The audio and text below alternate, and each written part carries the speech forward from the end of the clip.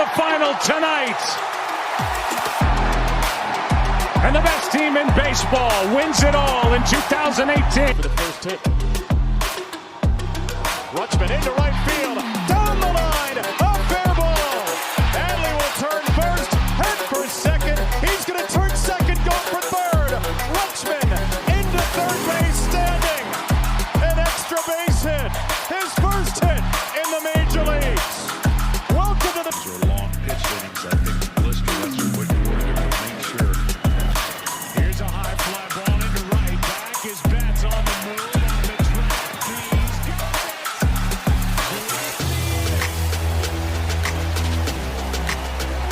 What a catch by Mookie Betts.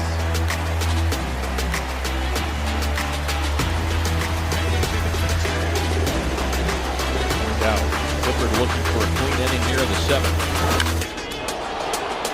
Hit well out to right center field. Jones still on the move, running out of room, and he made it.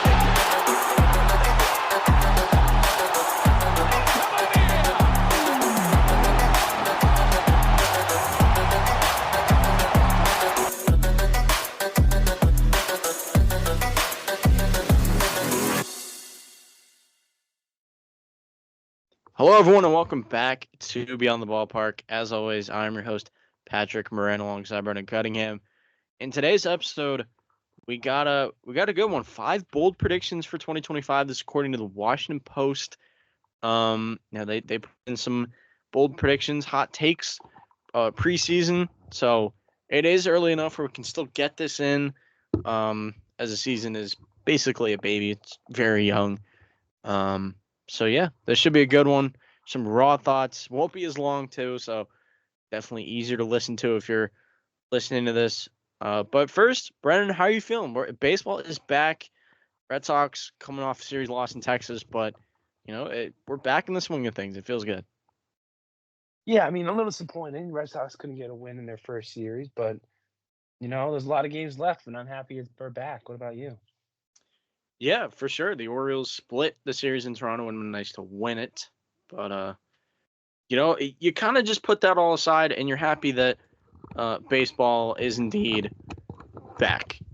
But I forgot about this. How do you feel about the Yankees situation right now with their thick barrel bats? I mean, I think they found something here. I mean, the results are definitely there. If on every other team, we're ordering those bats immediately. Because I mean, 8 home runs in a game. That seems a little. I don't know. I think it's definitely the bats are helping. And then, yeah, I mean, they routed the Milwaukee Brewers 20-9. They put a beating on former Yankee Nestor Cortez. On the flip side of that, of being proactive, and every team kind of taking advantage of this now, because technically it is legal. Do you think there could be any sort of investigation about this? And could it be illegalized, in your opinion? You could definitely see it being illegal. But right now it's not. So we'll take advantage of it. But it could definitely sway some stats that you might not want. So I could definitely see them making that illegal in the next season. Yeah, but it could become illegal, which is kind of the big thing. I feel like something could happen where it's just becoming too big of an issue, and enough teams are complaining where they have to kind of fully investigate and maybe ban the bats. But for now, it's definitely interesting how when you read the rules, it is legal.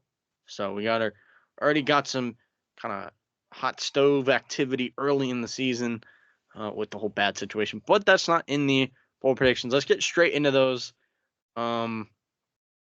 So yeah, we'll go through these 5, and then Brendan and I will buy or sell these takes, whether we agree with it or disagree with it.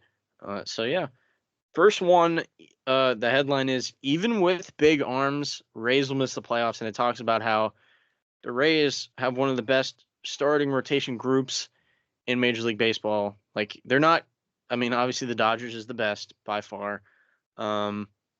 But if you kind of exclude the Dodgers because they're in their own stratosphere and planet, Tampa's right up there. I mean, we talk about Seattle a lot. Maybe a little bit of like the Braves. I can't really think of any off the top of my head. Kansas City's gotten some love. Philly certainly up there. But Tampa, yeah, it's interesting because they have a lot of guys coming off of injury. They did move Jeffrey Springs this offseason, but they still have a great group, very deep group. Shane McClanahan is there. Um, and they have some younger arms like a Ryan Pepio and a Taj Bradley. They have some kind of skimming through this article. Drew Rasmussen, he's a really good arm. Zach Littell, kind of a back end type of guy, who could bring some intrigue.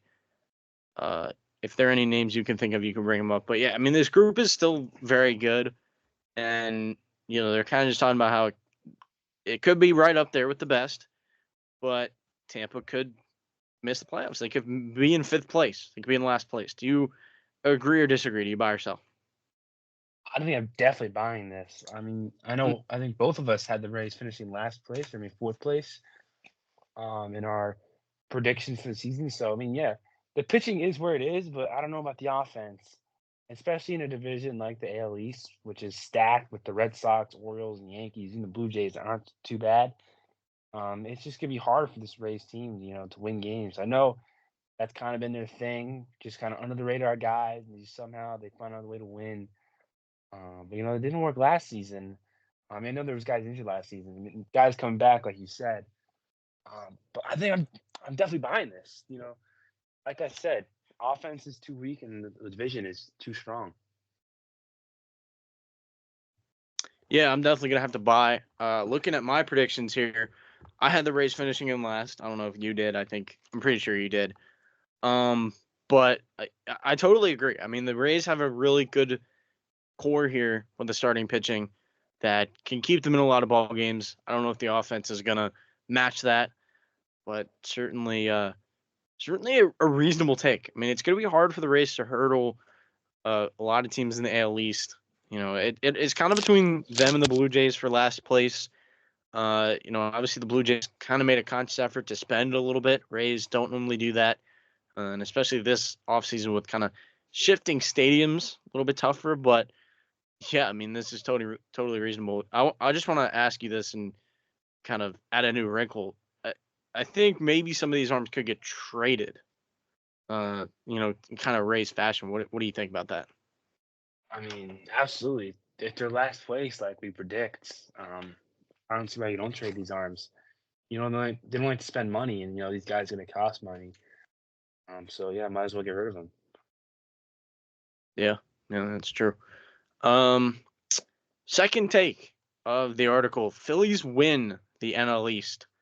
So they talk about here how the Braves and the Mets are there, right? Like the Braves won the division, I think 6 straight seasons before kind of just being bitten like no one else by the injury bug. New York Mets are kind of the hot name, getting Juan Soto to a generational contract, $765 million in that bidding war with the New York Yankees. Those two teams are obviously gaining a lot of steam. But the Phillies are also fantastic. People will have some questions about how the Phillies are getting a little bit older, but it's a very established roster. I mentioned them and how they have great pitching group out in Philadelphia, and the offense is still really good. So, but it is interesting. Neither of us had the Phillies winning the division, I believe. So, do you buy or sell, Brendan? Um, I think I buy that. I can buy that. I mean, you look at the Mets. I don't think Mets win the division. I know they do have the 2 MVP candidates with Juan Soto and Francisco Lindor. Probably the guys in that lineup. I just think at the moment the pitching isn't, where it should be to win a division like the NL East that is so stacked with those top 3 teams. You kind of be good anywhere. And then the Braves, you talked about the injury bug last year, really affected them. How's it going to affect them this year?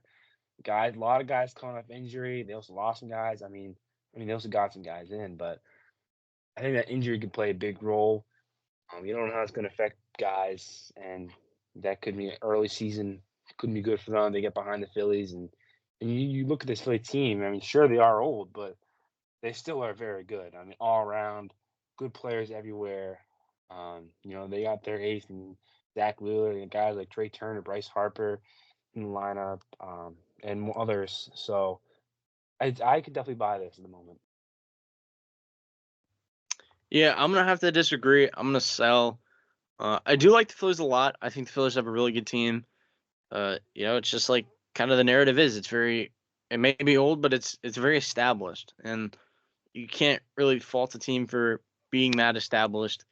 You talked about some of the bats, and they have Wheeler and Nola in that rotation. They have the Jesus Luzardo. They have Christopher Sanchez. They have Ranger Suarez, who are all fantastic arms that can do a lot. And Andrew Painter's on the come up, one of the top prospects in baseball. But for me, like just a year ago, I was in love with the Braves, and I thought that the Braves could have been better than the LA Dodgers. That might not be the case now, but I'm going to stick to my guns. I think the Atlanta Braves are due for a big season, just with them getting healthy. Like Ronald Acuna is going to come back, and I think about a month into the season. Austin Riley should be healthy. Ozzy Albies, we're hoping he's healthy. Sean Murphy is hopefully healthy. Matt Olson's still there. Chris Sale coming off of Cy Young is there. This Braves team, like they kind of gate kept the division until last season. So, I think again it's kind of their division to lose until proven otherwise, even with kind of a rough injury season for them. So, I am gonna have to disagree, and so I'm gonna stick to my predictions. All Any right. thoughts? I mean, it's definitely you could say a toss up between the Braves and Phillies. Maybe on paper the Braves are maybe the better team, but I think that injury card, could play a role. True. We've seen in the past injuries can affect guys, so it's a toss up either way though. Yeah, you can kind of use the injury card on both sides of the coin for that argument for Atlanta. Next take. This one's a very interesting one. The 2023 pennant winners will return to form. Um, yeah, I mean, for me, the half of this is very true because I think the Diamondbacks are amazing. But yeah, it's basically the D-backs and the Rangers. They were in the 2023 World Series. Rangers won that in 5. I had the Diamondbacks winning it all this season. I don't think I had the Rangers in the playoffs. They're probably just missed for me. Or no, wait, I did have the Rangers in the playoffs. I put them in as my 6th seed. And I had them losing to Cleveland in the wild card round. Yeah, I mean these teams are definitely dangerous in their divisions, right? The Diamondbacks didn't really change much. They had a slow start last season, picked it up, just unfortunately missed the playoffs, and then Rangers kind of the World Series hangover narrative, guys not being healthy. But the Rangers are back. They're getting Jacob deGrom back. That's huge. The Diamondbacks added Corbin Burns. That's also huge. Uh, that's a very reasonable take overall. But Brian, what are your thoughts? I think I'm going to sell this one. Mm. I mean, yeah, by form you mean making the World Series again? Is that what they're saying here? Uh, I think it's just like a conversation of being competitive again and making the playoffs and maybe even possibly deep run. I mean, actually, I'm a flipper. I think I can buy that. I mean, for the Rangers, I mean, you talked about guys coming back and stuff like that. And AL is a weak league right now. True. It's kind of open to who's the best team. I know I picked the Mariners in the AL West, but the Rangers are right there. I mean, they just won a series with the Red Sox, who are people saying might be the best team in the AL. It's a lot of questions on who is the king in the AL right now, and then it's basically whoever makes the playoffs. Gets hot, and it could be the Rangers. They have a good team. I could see them doing it. Could they make the World Series? I mean, I could see it. It's not crazy. It's just I think it's a weak AL, so that could definitely happen. And then for the Diamondbacks, it's kind of like you said, they got slow last year, and I think they made some great additions this year with Corbin Burns, guys like Josh Naylor, to add that to their team. I think they're right up there. They're not going to win the NL West, obviously the Dodgers, but they're right there at second place. And then maybe the teams in the NL East are maybe better than them, but they're right there at the top spot. I mean, I don't know if I could see them making a World Series run just because teams like the Dodgers, Phillies, Braves, But I can definitely see them making the playoffs and maybe winning a series. Because they are a good team. Yeah, I agree. I think I'll also buy. I mean, like I said in my predictions, I had both these teams making the playoffs. Rangers, I did have exiting early, but Diamondbacks are my World Series pick. I'm all over the Diamondbacks this year. I think this team could be destined for big things, and I know it's kind of a bold pick, but I'm gonna call my shot and say that they're the team to do it all, and I think they're in a great position to do so. So, yeah, I mean, these teams kind of just it was a roller coaster of a season for the D-backs and Rangers, and I think they could be on a better path for 2025, and we could see them be competitive again, which would be fun. And it's like you said, the Rangers in the American League, it's wide open. If anyone who wants it can seize it in the American League, so it'll be interesting to see what the 2023 World Series champions could do on that front. Move on to the fourth take. The AL Central will look like the Wild West. That is certainly true in some aspects, right? You have the White Sox, who are horrible, respectfully. White Sox fans, shout out to you listening out there. I love Chicago, but your team is not that good. Saw them in person last summer, and they're bad. But I mean, all these other teams, like I think you could make an argument for winning the division. Tigers got hot last year. They were the Cinderella story. They were the fan favorite. Royals got there on the back of a fan favorite player, Bobby Witt Jr., kind of dragging them there into the postseason. They won a postseason series just like the Tigers. They did get knocked out in the division series, but a little bit expected just with the youth on those two squads. Cleveland won the division, but it seems like they can get a bit lucky with the guard ball. Their manager is also fantastic, and who knows if their strength in the bullpen can replicate it. It is the most volatile position in baseball. And the Twins are just such an injury prone team. It's kind of sad because they could be really good, and I think they could kind of be a lockdown division winner in kind of a weaker field. So, yeah, but it's true. I mean, I think at the end of the day, any of those four teams can have a shot at the division. What do you think, Brendan? I mean, for sure. I mean, it's kind of what we've been seeing for the past few years in the AL Central. It's been a lot of Guardians, but I think now definitely this year it's like you said, Royals, Tigers, Twins. They're all right there. They all have these good teams, maybe with little flaws. Maybe if they're in some other division, they probably wouldn't win it. But them all being here, I could definitely kind of create a Wild West scenario. So I'm definitely have to buy this one. Yeah. It's definitely interesting. You can definitely see any four team winning this division. Should be exciting. That is exciting. I'm also going to buy. It's going to create some chaos, and I think that could be better for baseball. And it's going to create a better camaraderie, especially with the expanded playoffs. Just kind of all those teams being in the hunt, being kind of clumped together. We'll see who breaks ahead, and that could be a lot of fun. I obviously think the Twins. I forget who you picked in your predictions to I win. picked the Guardians. Wait, did I? Okay, yeah. Guardians makes sense because they just won the division. Who did I pick? Oh, I did pick the Guardians. I picked the Twins second, and I had them making the playoffs. Yeah. I mean, I think for me, like Guardians, it's kind of their division to lose, just because of their philosophy and their fundamentally sound approach. But yeah, we'll see what these teams can do. And the last take is a player take, and this one is a very emotional conversation surrounding this player. Mike Trout will be the American League MVP. It's probably the boldest prediction on this list. But certainly a touchy subject with Mike Trout. He's not been able to stay healthy, unfortunately. We really want him to, but how many years has it been? 2019 last one.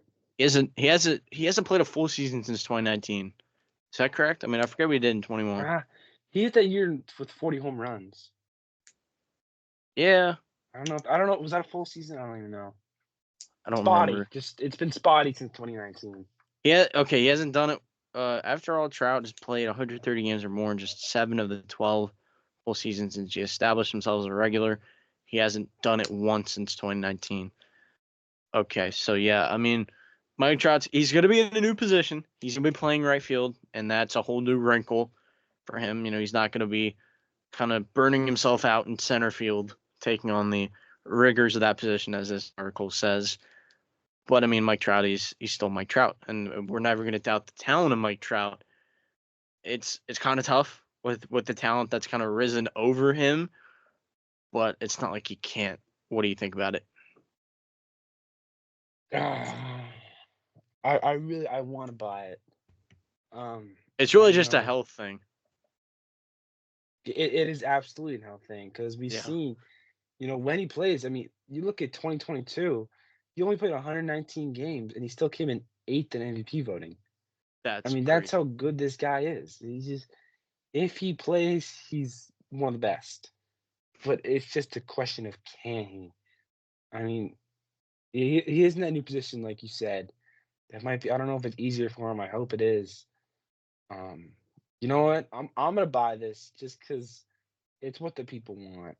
We want to see Mike Trout. I don't want to see Aaron Judge win it again. I know he has probably the biggest chance to win it. But I mean, I don't. Mike Trout's gonna share MVPs, but who hates Mike Trout? Everybody likes Mike Trout. Um, and I'd like to see him win. I'm gonna buy it.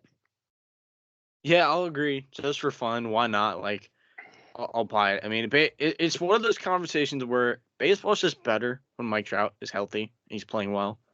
Like, you can't hate on Mike Trout and who he is. He is 33, and that's a little sad that he's getting older. But there's just you can't deny the talent of Mike Trout. And, if he's healthy, if he can play, those games, if he can play enough, then like, why can't he win it? He's that good. He's that established. He's that proven. And even it's going to be tough on the Angels because the Angels are terrible. And I really wish he would get out of there for his own sake. The dude just deserves to win. Please be like Shohei. You don't have to go to the Dodgers, but go find a winner somewhere. Go to Philly. I don't even care. It's he could just leapfrog those guys if he could leapfrog guys like Aaron Judge, Bobby Witt, Gunnar Henderson, kind of the top of the list for MVP candidates. Like it's just Mike Trout, and we all want to see Mike Trout succeed. So yeah, I mean, I just pray. I pray that Mike Trout can be healthy. I just want to see the dude play. Yeah, I mean, it's definitely been hard to see him climb down those rankings you see every year. He used to be that solid spot number one. I mean, when you asked who's the best player in baseball, it was always Mike Trout. Now, not so much. So, we'd all like to see him back there. Yeah, for sure. So that's gonna do it. Pretty short episode today. Were there any headlines that you saw that you wanted to bring up by any chance? Oh, headlines I saw. Trying to think of the headlines. Oh, Should we I talk saw about, that the Marlins they walked off their first 3 wins of the season. It's kind of crazy. really? Yeah. So what are the Marlins 3-0 right now? Or they're 3-1. Let me see. I honestly forget.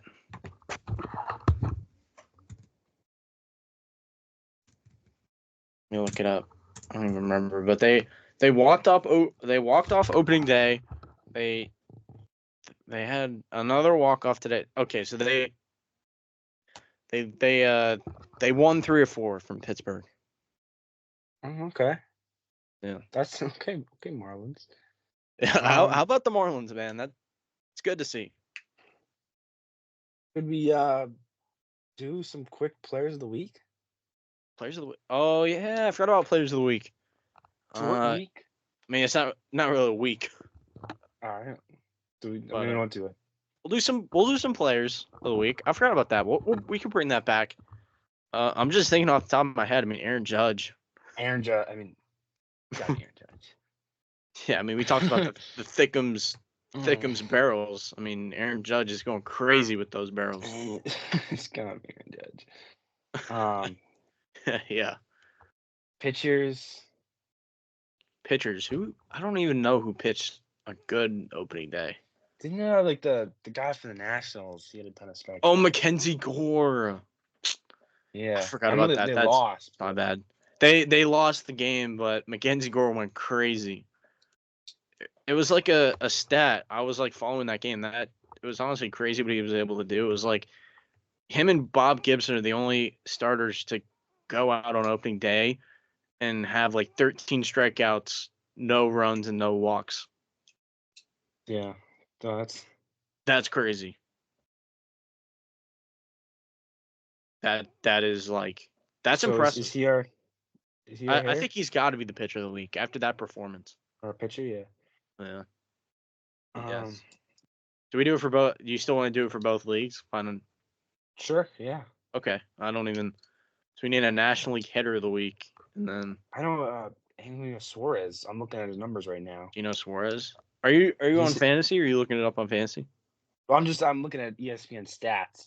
Oh, okay. Because all the stats are from the past week. Yeah. That's true. Emilio Suarez has 4 home runs in 3 games. Gino Suarez did that. Holy. Yeah, man.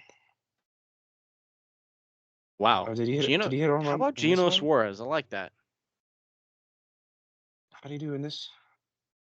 Oh, well, you went over for 4 today, but it's in the That's 3 okay. other games he had 4 home runs. Oh, that's impressive.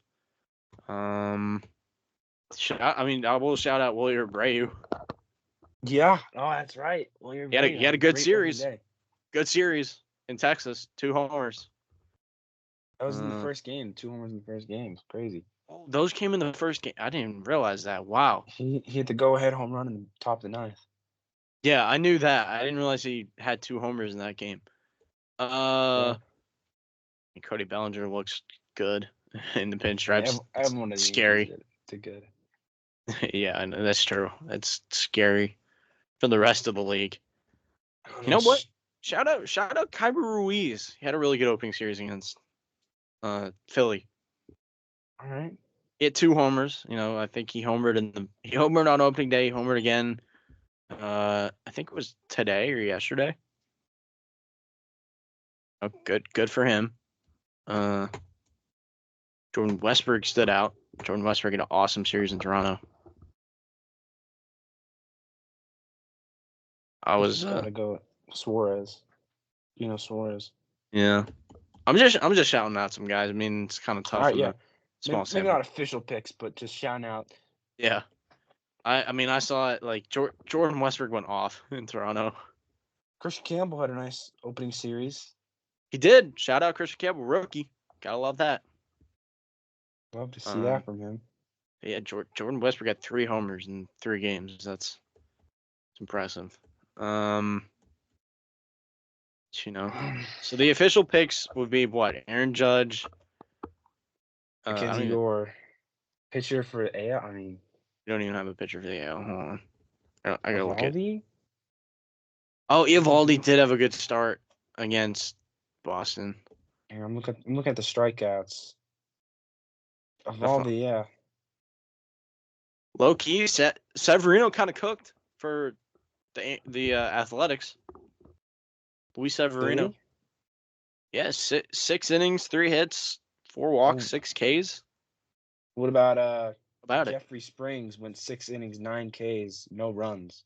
1 walk. Holy. Oh That's dang, he might have. He outdid his teammate. That's crazy. Yeah. I don't know. Framber was good too, but that's Framber. I think it's got to be Springs. Yeah, Jeffrey Springs. How about Jeffrey Springs? Didn't even get the opening day start. Yeah, but he dealing. So, and then our hitter for NL, Suarez. Yeah, we'll go Gino Suarez. I like that. Let me just make sure. Switching over. Ryan McMahon kind of went off too. I'm not gonna lie, but you said Gino Suarez. Where's Gino Suarez? Oh my god. Oh yeah, 4. Yeah, it gotta be Gino. Gotta be Gino Suarez. It's weird the first week. Yeah. Yeah, there will be way more guys up for Player of the Week. But yeah, bringing that back, that's cool. Good to see some nice performances over the weekend. Gonna keep tabs on that. Yeah. So, all right, I think that'll officially do it for the episode. We got your Players of the Week that are back. 5 bold predictions, giving you buy or sell. We're back. Baseball season feels good. Baseball is so back, and we're always excited. Any last thoughts before we head out? I'm excited for the season. First few games, not more to go. For sure. We're here for the marathon. We'll try and cover as much as we can throughout the regular season, coming up with new stuff. So, yeah, those are some bold predictions. Hopefully, it can still kind of qualify. I mean, the season's just started, so I think we can count that as kind of a preseason type thing. Hopefully, you enjoyed the episode. Everything you need is in the description. And with that, we'll see you next time.